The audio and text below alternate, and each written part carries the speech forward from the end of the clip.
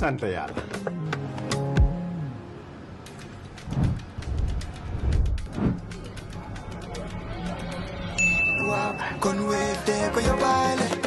looy xaar utal Wave nga scan nga fay nag doo ci yokku dara.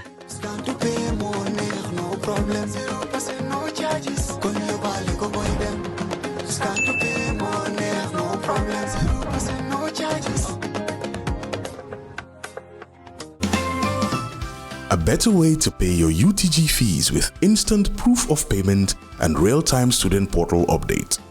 Paying your University of the Gambia fees has never been easier or more convenient. With Ecobank, students, parents and guardians can pay UTG tuition and related fees through our secure digital banking channels such as Ecobank mobile app, Ecobank Online and Ecobank Omni Lite. Once payment is completed, instant proof of payment is generated and the UTG student portal is updated in real time, allowing students to proceed immediately with registration, course selection, and clearance without unnecessary delays, while giving parents and guardians peace of mind that payments have been successfully processed. How to pay via the Ecobank mobile app. Open the Ecobank mobile app and navigate to the home screen. Select Pay Bill. Choose Pay a New Bill and select Schools from the category options. Select University of the Gambia. Select the specific product you are paying for. Enter your matriculation number and tap Continue. Validate your details. The system will display the payable amount. Press Continue to confirm the payment. An e-receipt is generated automatically as proof of payment with real-time updates on the student portal. How to pay via Ecobank Online or Omni Lite. Log in to Ecobank Online and Omni Lite using your credentials. Select the menu and choose Bill Payments. Choose Quick Bill Pay and select School from the category options. Select University of the Gambia. Select the specific product you are paying for. Enter your matriculation number and tap Continue. Validate your details. The system will display the payable amount. Press Continue to confirm the payment. An e-receipt is generated automatically as proof of payment with real-time updates on the student portal. Walk into any Ecobank branch or pay through our digital channels and enjoy instant proof of payment with real-time updates on the student portal. Ecobank, the Pan-African Bank.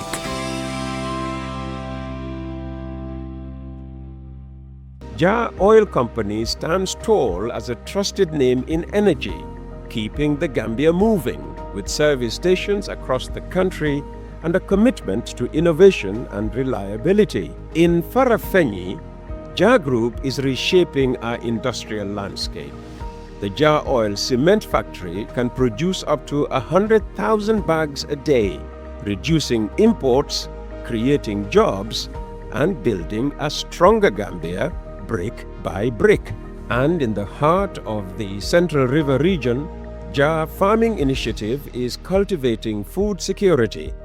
With thousands of hectares under development and modern irrigation, Jah Farming is turning the Gambia's soil into abundance. Jah Group is more than a company. It is a vision of self-sufficiency, resilience, and progress. The Jah Group of companies, investing in industry, agriculture, and energy, building the Gambia's future today. Normally, we welcome the Minister of Information on Tuesdays for his weekly update. But this week, his absence did not go unnoticed. At least one listener even texted in to ask why he hadn't appeared as usual. Well, the wait is over. Joining us now is Dr. Ismaila Cisse, even though on a Thursday, here to bring us up to speed on government actions and decisions and to respond to recent developments making headlines across the newspapers. Welcome back, Doc. Good morning. Nice collar. This is not CA's collar. It's not Adam Barrow's collar, the NPP. So, whose collar is this, by the way? Neutral color. It's a neutral collar. It's nature. It's nature. Yeah. Ah, very good. All right, let's start with the updates. First of all, why were you not here on Tuesday? On Tuesday, you've been crying for Mr. Jabi. Oh, you've been crying, huh? You've been crying. Not just asking. No, you've been mourning and crying. And complaining and, you know. But, you know, he had a very good program. Yes. The feedback was very I got positive some very after the No, program. he knows his stuff. And he understands he his should be doing more He's media. been working in this sector for many years. Yeah. So he understands, he knows what he's doing. Absolutely. He was convincing. He didn't need any references. Yeah. I mean, he had everything, you know, at the fingertips of his hands. You know, the president doesn't fail. When he appoints the right people. Oh, really? That is leadership. What about Queen Jammeh? Can we start with the update? Yes, please? we can start with the update. Now, the first update is from the Office of the President. President Adama Barrow, His Excellency, the President of the Republic of the Gambia, presided over the swearing in of members of the Lands Commission at the State House, but also received the report of the Local Government Commission from the Local Government Commissioners at the State House in Banjul. During the two events, he restated the government's focus on improving land administration with regards to the Lands Commission, but also the promotion of accountability and stronger local governance systems. So this is good because the president believes that the local councils have a very important role to play. And as part of his reforms, national reforms, I think we also have to look at the local councils because they are very close to the people. And most of the critical delivery services are done by them. So reforming them, making sure that they become rigorous in their governance systems is really important for the president. But the most important update is something which I think the people of Combo South really have appreciated, is the president officially opening 12-kilometer Brufut Madiana Banyaka Kunkujang Mariama Tujereng Road in West Coast region. This is a project expected to serve more than 80,000 people in that area.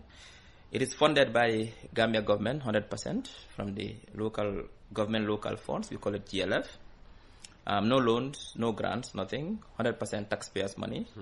And it's part of the Yirwa development agenda. Now, the road is designed to improve transport links, access to services, promote economic activity for the people living around there. I mean, if you listen to testimonies, for me, when we build roads, 12 kilometers, 100 kilometers, for me, the kilometers are not important to me. What is important is stories behind those roads, the human impact stories. What has it changed? You can build 1,000 kilometers of roads. If it doesn't impact lives, then it doesn't have any use. So what are you hearing already? Now, already what we are hearing from the people of Madiana, particularly in that area, we did a documentary interview, trying to get the human impact stories, the social impact stories from those people, is that really is transformative. Madiana, when it rained before and it floods, 4 days, nobody can leave Madiana. People have called into this program to say exactly that. Yeah. So now having this road, and the women, we spoke with some garden women, when they want to go to Serekunda to sell their produce the following day, lest it perishes, they have to wake up at 3 a.m. and leave Madiana at 4 a.m. just to go to Serekunda here. Now they can sleep till 8 and wake up and... Till 8? Of course. People are already, looking for things in the market by 6 a.m. What do you... So I'm just trying to... So this road is important. That is why when I hear the opposition say these are cosmetic, I say it's an insult to the people of Madiana. I think their favorite line is, you don't eat roads. Yeah, but what I'm saying, that's an insult to the people of Madiana, because you as an opposition leader, you live in a place where road is not a problem, because most of them live around the prime areas where already there are existing roads, not in villages where they've never had a road network before in their entire life, and they struggle to leave their communities, just to go to school, just to access healthcare, just to access markets, they struggle. And now, the government has built roads for them, where now they can easily access services, healthcare, education, you name it, markets, you name it. And then you sit, yes, we understand its opposition, but at least give due where it is deserved. They also question the cost you people always quote, for these roads. They're saying the roads are overpriced. No, but how would they know that? You need to first look at they don't have the data, to know exactly what kind of, because there are different types of roads. There are double surfacing roads, Oh no, roads for the highways. Somebody sat here and gave a breakdown of what it costs, to build a road. Yeah, but if you go to ChatGPT and ask ChatGPT, well, how much does it cost to build roads? You don't give it all the parameters of this moving of services. You have to move services. You're suggesting they get their figures from ChatGPT? I mean, yeah, because they don't understand what's happening. You need to compensate people. The compensation aspect doesn't come in. Most of the people whose roads, where we build roads, have been compensated full time. Yeah. You have to move services. I'm glad you say most, because it's not all. That's what I'm saying. You need to move services. You need to move telecom services, water services, electricity services. Particularly building a road in an urban area is different from building in rural area where there are no services, existing services. So you cannot come sit here and give one figure. One size fits all. And say, no, it doesn't work like that. It means you don't even understand what you are talking about. Now, then we go to the Office of the Vice President. He represented the President, His Excellency, at the National School Feeding Program Forum held at the South Dakota. He's doing that a lot. The President is delegating the Vice President to most things, he was originally down to either preside over or inaugurate. Yeah, but the President has also very busy schedule, many activities going on at the same time. This shows the country is moving. A lot of things are happening at the same time. We don't get to hear about all those things that are happening at the same time. Yeah, but they're happening at the same time. Many things are happening. Yeah, but if it involves our president, shouldn't we know? But I give you updates every Monday what the president has been doing for the past week. That does not sound enough for him to, have the vice president virtually represent him everywhere, locally and internationally. What I'm saying is that if the president has a busy schedule in his office, we cannot tell the public what exactly happening in that office. This is the presidency. Some things should be behind closed doors because this is the presidency. Something that should be out for public consumption is out. There are others which really is the prerogative of the president and his job. Okay. He has a very, very busy schedule. That is why there is a vice president. So he assists and represents the president where the president cannot attend. Okay, so it's not everything that the president is involved in that is for public consumption. No, because you cannot go to the president's office and say you want to know exactly the president's schedule the whole day and what he said, what he's done. I mean, this is the highest office. Those things that we think the public should know, the public knows. But even that's any office, there are things that stay there and they should not come out because it's not for public consumption. So the vice president represented him. Now, why this is important is that we have a very comprehensive school feeding program. Now, I think I'm not sure with the figures, but if I understand it right, in the budget we've jumped from $30 million to $300 million. It's also where there's support from CRS, there's support from the U.S. Agricultural Department. But what this does is that it promotes access to education, but also promotes learning outcomes for young people when they have food at school. And I understand it can be a way of keeping children in school. That's why I say learning outcomes, because you keep the children in school. In fact, one of the documentaries I've watched on this, one parent said that now before the children were not eager to go to school, now they say they're eager to go to school. They say, please be quick because I have to go to school. So this is very good from the part of the government. One of the things that the government is doing and spending a lot of money to make sure that then when we talk about our interventions in education, we mostly focus on the hard components of it, the classrooms and the schools and the toilets and the kitchen. We normally forgot about the soft components of like the school feeding program, which we think is a big investment. It's a massive social intervention from the government. Now, the Vice President also last week chaired what we call a cabinet subcommittee session at State House to examine possible effects of the ongoing Middle East crisis on the Gambia's economy and supply chain. That's interesting. So what the President has done in his wisdom is to set up a cabinet subcommittee headed by the Vice President with key critical ministries. That is, agriculture is there because we need to know the fertilizer stock, what are our plans, because the war will impact certainly fertilizer prices. It has already. The Ministry of Trade, food prices. The Ministry of Energy, fuel prices. I think the Ministry, Central Bank, obviously, foreign currency and reserves. Foreign currency, remittances are coming. Yeah, but still, we might not think that is enough because we import a lot and we need a lot of foreign currency. We need to know exactly what our state of our reserves are. So this is a cabinet subcommittee that meets every week to look at the state of the supply chains, basically. Because what the war has done in the Middle East is to disrupt supply chains. And remember, most countries like Gambia were exposed because we import most of our fuel from the Middle East and other parts of the world. Now, two things happening at the same time. not only have production levels gone down, that is, if the OPEC countries were producing, let's say, 1 million barrels a day, that has gone down. But also the supply, even if it's not existing, the state of Hormuz is literally closed. So we are meeting every Wednesday to look at the stocks. We look at the fuel stocks. How many days do we have in terms of fuel? How many do we have currently?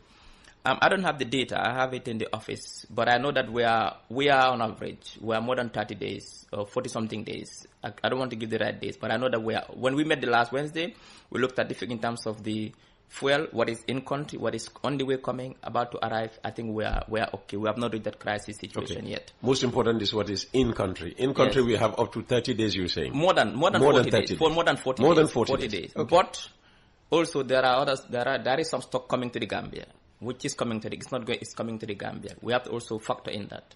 So I think on the fuel part, you reckon, no matter, how long the delay, this would be here before the 40 days expire? Yes. Okay. So there will be no scarcity. That one, for now, we're on top of things.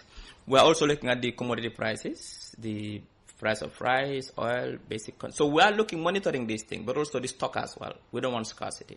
Because scarcity leads to high prices. Well, so currently, we are good with stocks in terms of food, basic commodities like oil, rice, potatoes, onions. We are good with that. But also the prices have been somewhat stabilized. There is no skyrocketing high inflation of prices as we speak. So these are the things that we are monitoring. Also cement, we are looking at it as well.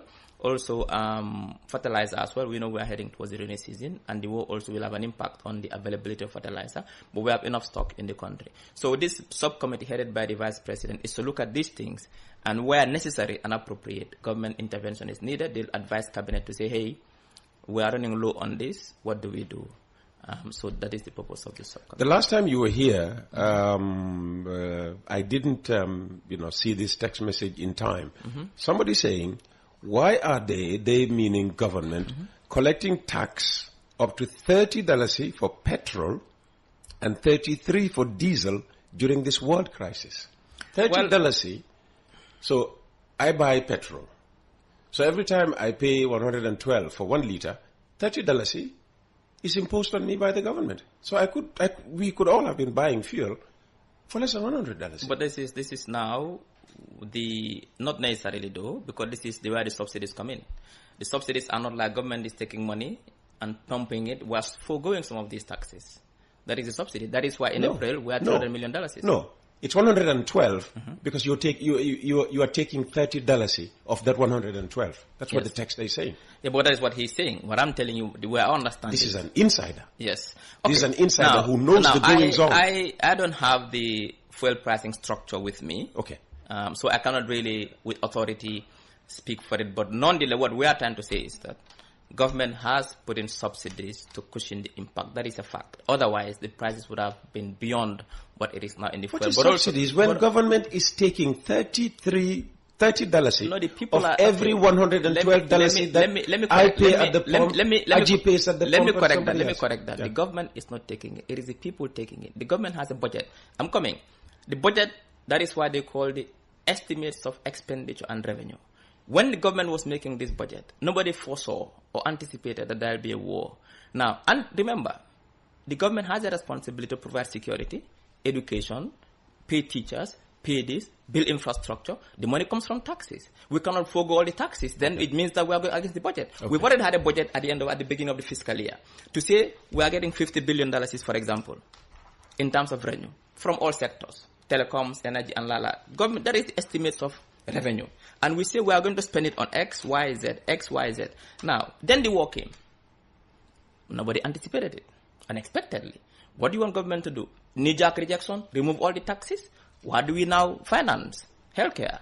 How do we finance education? How do we finance the ongoing road works? So it's not the people see the government as an interest of its own that eats the money on itself.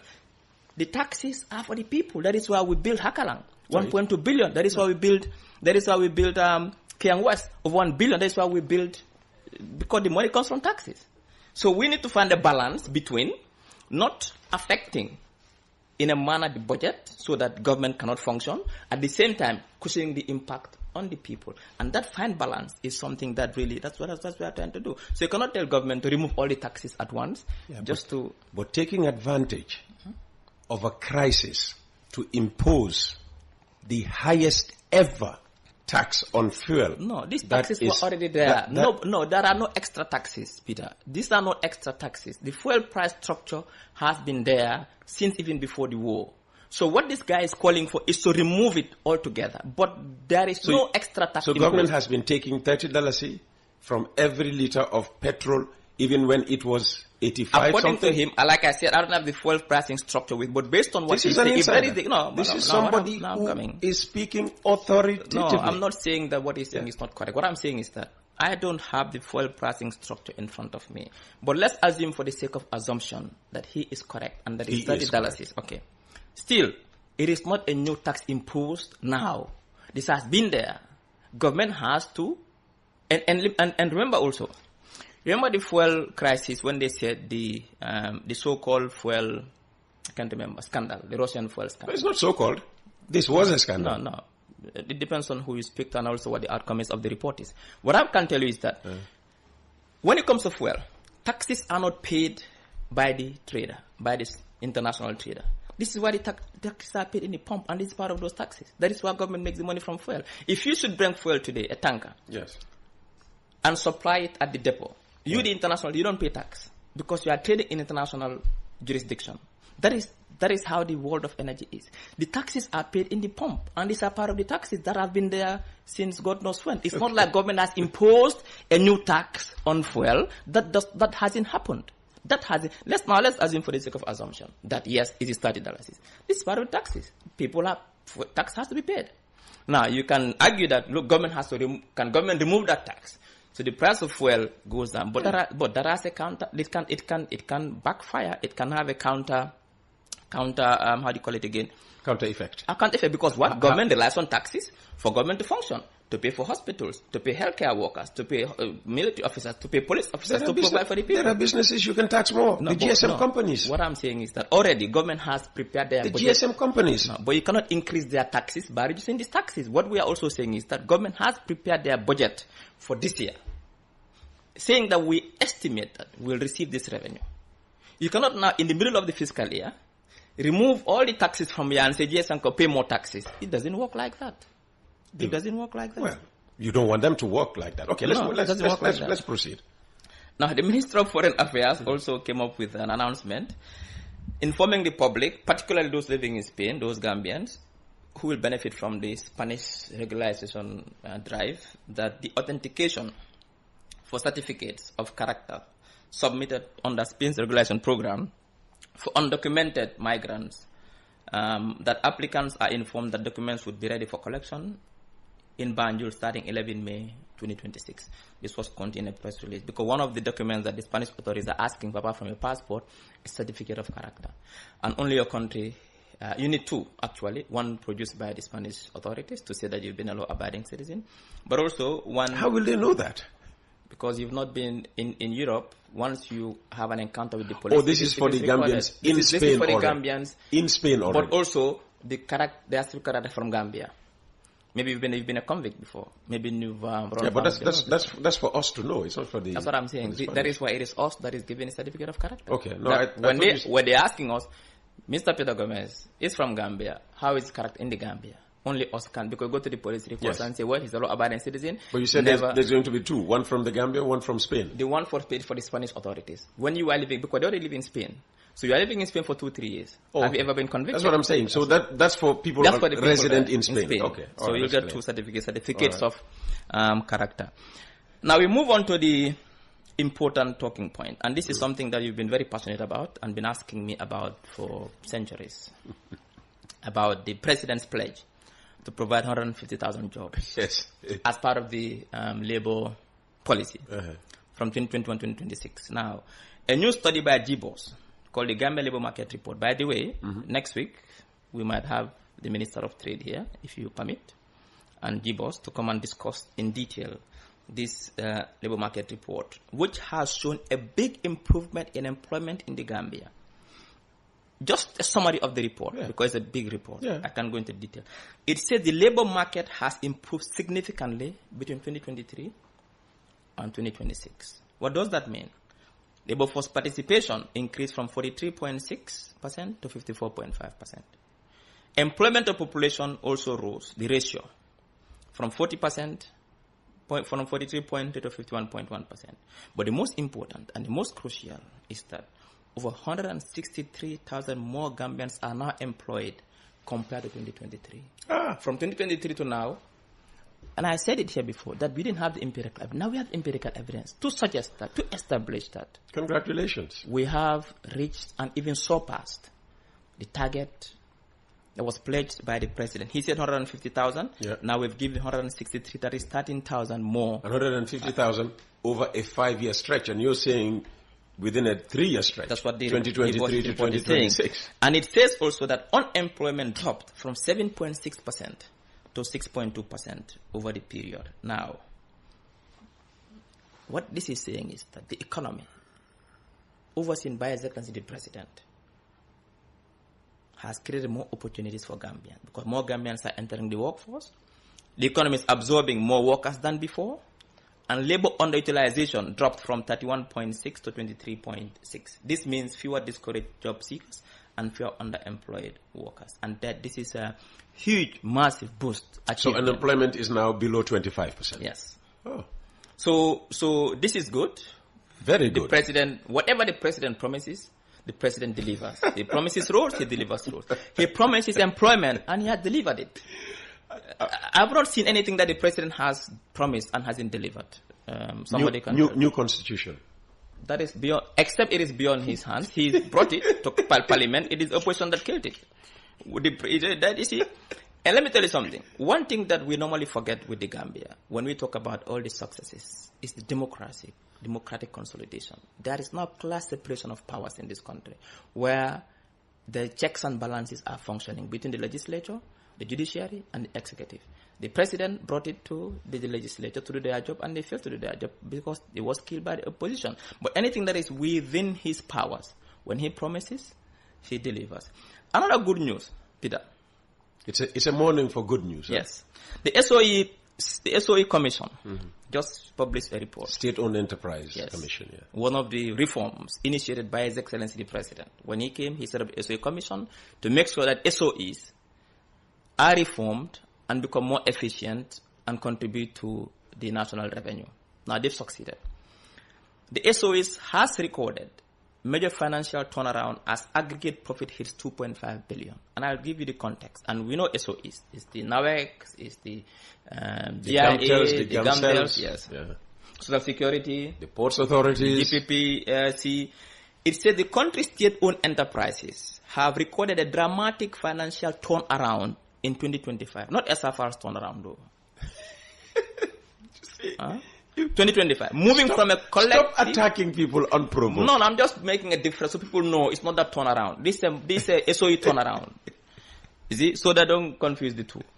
Moving from a collective loss position, I repeat, from a collective, that is all the SOEs were all losing in 2024, to a strong profit performance this year, according to figures released by the SOE Commission. Now, the 2025 aggregate SOE financial performance summary shows that the enterprises generated a combined revenue of $17.50 billion. Oh, wow. And achieved an aggregate net profit of $2.5 billion compared to a $2.6 billion aggregate loss in 2024. You see the turnaround? From aggregate of $2.6 billion just 2 years ago to now aggregate profit of $2.5 billion in 2026. The turnaround, again, not the other turnaround, this turnaround. But it's his advice. Represents an improvement in profitability of approximately $5.1 billion within a year. This is a massive, massive achievement for the government. The report highlights significant recovery among key public institutions, particularly NAWEC, which moved from a $3.1 billion loss in 2024 to a $1.3 billion profit in 2025, one of the strongest reversals recorded among the enterprises. So you see, on all fronts, employment, economy. And when we normally talk about the government's achievements, we focus on the tangibles, the roads, the hospitals, the schools. These are the intangibles, the economy, SOEs making a turnaround, making profit now from being institutions that were relying on government bailout to now contributing to the government revenue, to the employment, where now we were saying that there's so much the unemployment rate was, you couldn't even get the data. Now we are saying that we've added 163,000 jobs into the workforce within 2 years, which I think is a major achievement. On a final note, and now you have money that wasn't expected. You can use that money now, to give us relief at the pump. Yeah, but $112 is a lot of money. But and those who are buying diesel are paying $120. It's still one of the cheapest in the sub-region, because remember, Peter, I think you know the price of Brent crude last week went up to $126 per barrel. It is not the Gambia government that sets these prices. These prices are international prices. Because we don't have the crude oil, we don't have the refinery. We buy. When we buy with inflation. Let me borrow your term. You yourselves, you've said it. Borrowed inflation. Yeah, borrowed inflation. So but what we can do as a government, we cannot stop the war. We cannot force the oil-producing countries to produce more oil. We cannot tell them to open the Strait of Hormuz. What we can do is to make interventions. Hopefully UAE will start producing more oil than...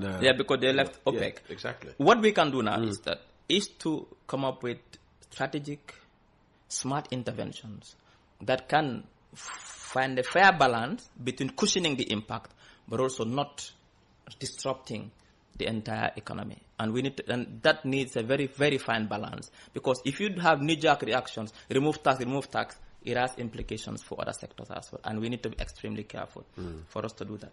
Now, then, on a final note, and this will take 10 minutes. No, go ahead.